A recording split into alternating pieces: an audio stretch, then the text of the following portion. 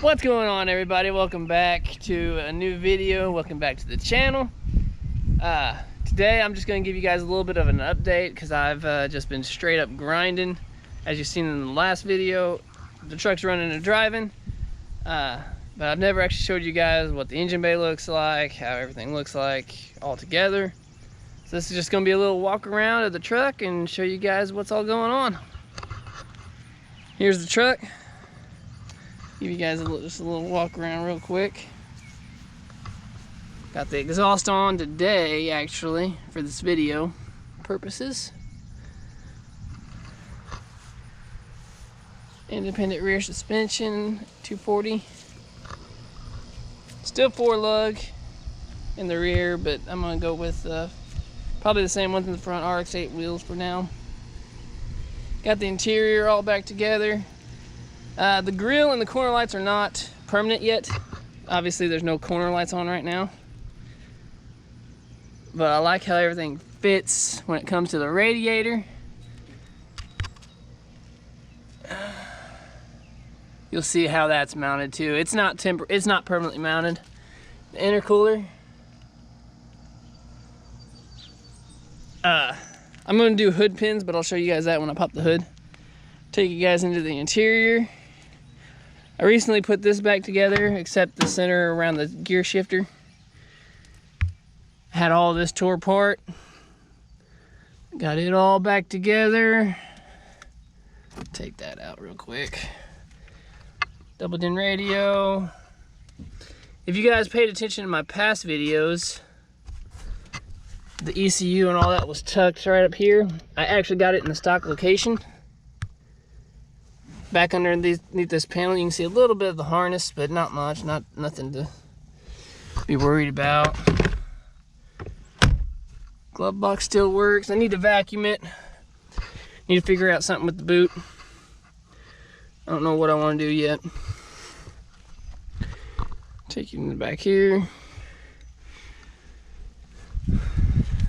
Would give you guys a underview of the truck, but obviously that ain't gonna happen because I don't have it lift. Take you guys underneath the hood here. 1 second. The favorite resistance, however you say it. Bam! Look at that thing. Now, I'm gonna start off front to back. What I've done. This is just a eBay style radiator. It's not fully mounted yet. I just got it on zip ties. This ain't fully done. It's just to get it running. But I've got a bar. I haven't yet uploaded that video, but I got a bar that goes across here. It's gonna have my hood pins sticking off this, and then it's gonna also have my mounts for the radiator, and then I'm gonna make pedestals for the bottom for these points right here to slide into. And then I put my bar on and everything's gonna be nice and sturdy. I'll redo this whenever I do that because I gotta take the radiator out. Now these are unplugged. These are RB20 masts, and honestly it just makes it run like shit. I can rev it all the way out, but it's misfiring. It's either running really lean or really rich. Due to that, it's running rich right now because there's no MAFs. There's no MAFs plugged in, so it's running really rich, which kind of makes me think. I've been having trouble diagnosing cylinder 2, but if I unplug cylinder 1 to make sure it's firing, you can hear a noticeable change. If you unplug cylinder 2, you can hear a noticeable change. But if you unplug cylinder 2 by itself, yeah, there's a slight change. I can get it to change sometimes, the sound, but sometimes I can't. I don't know. I've been trying to diagnose that. So starting off with that being said, here's the intercooler piping. I'm gonna get some new 3-inch couplers, but down to the intercooler, all the way up. It looks really good. There's not a whole lot of piping. This, I'm gonna get a aluminum overflow, so that's not gonna stay. Coming over to the wiring, yes, it looks like a mess, but honestly, I'm gonna chop it here, run it through this big old hole, and it's all gonna get tucked down into the fender well. You only see like a little bit there and a little bit that comes out for the headlights. Same thing on the other side. Looks like shit right now, but obviously it's gonna get tucked there. through there, up into the fender. Here's how the mounts are made for the upper control arm and the K-Sport coilovers. If you guys, here we go. Check that out. I'm not sure how well you can see because I can't see the camera. The front axles are in. I love how this thing turned out. This is pour 15. I put tools on top of this and it doesn't even scratch it, except that looks like spoke too soon. A little scratch there, but yeah. The brake master cylinder, if you guys are wondering, it clears with the slightest little bit of movement.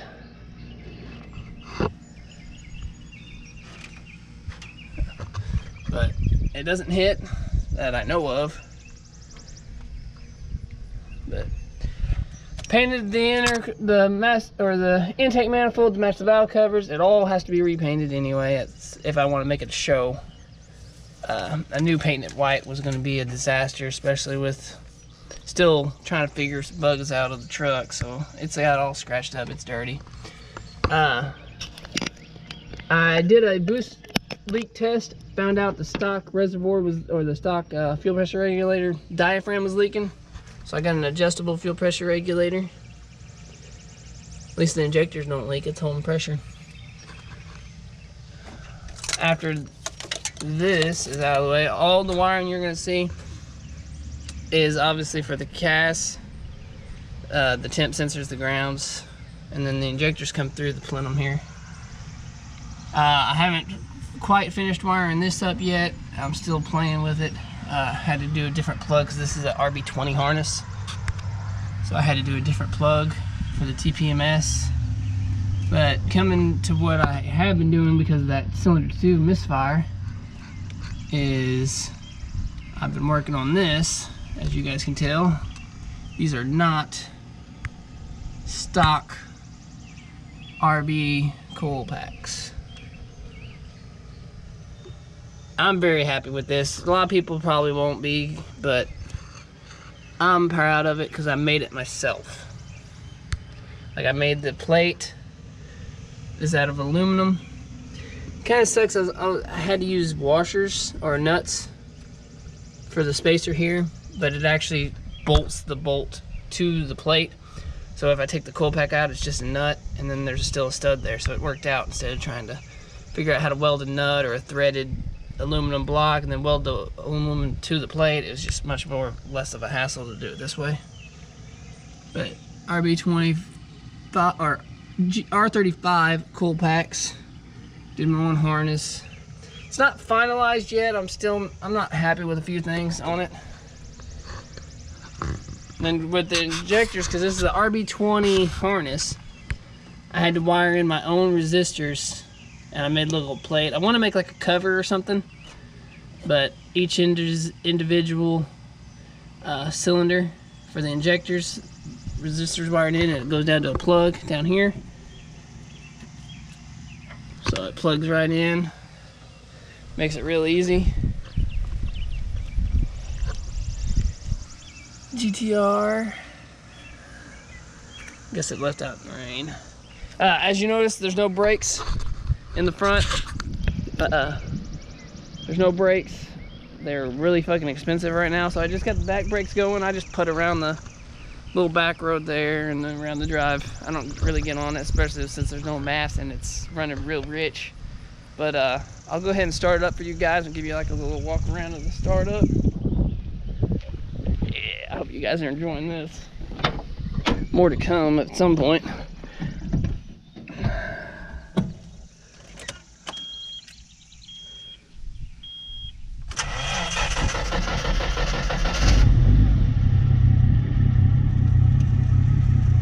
Love that the tack works. Better turn that down.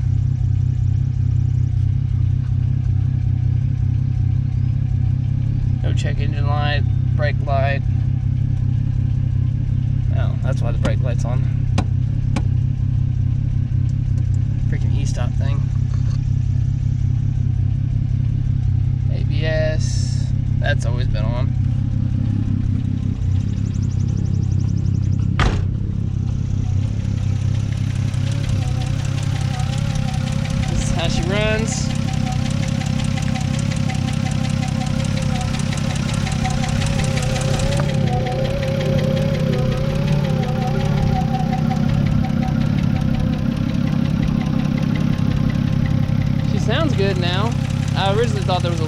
but I put some heavier oil in it.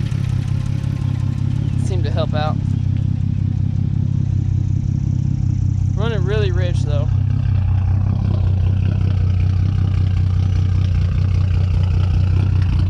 Man, that's got a nice little rumble, I think, for being straight piped. 3-inch from the turbo's back. If you guys watch my exhaust video, I made a custom, tried to make it as equal length as possible to mount the 2 turbos into one. But let's give it together just a few revs.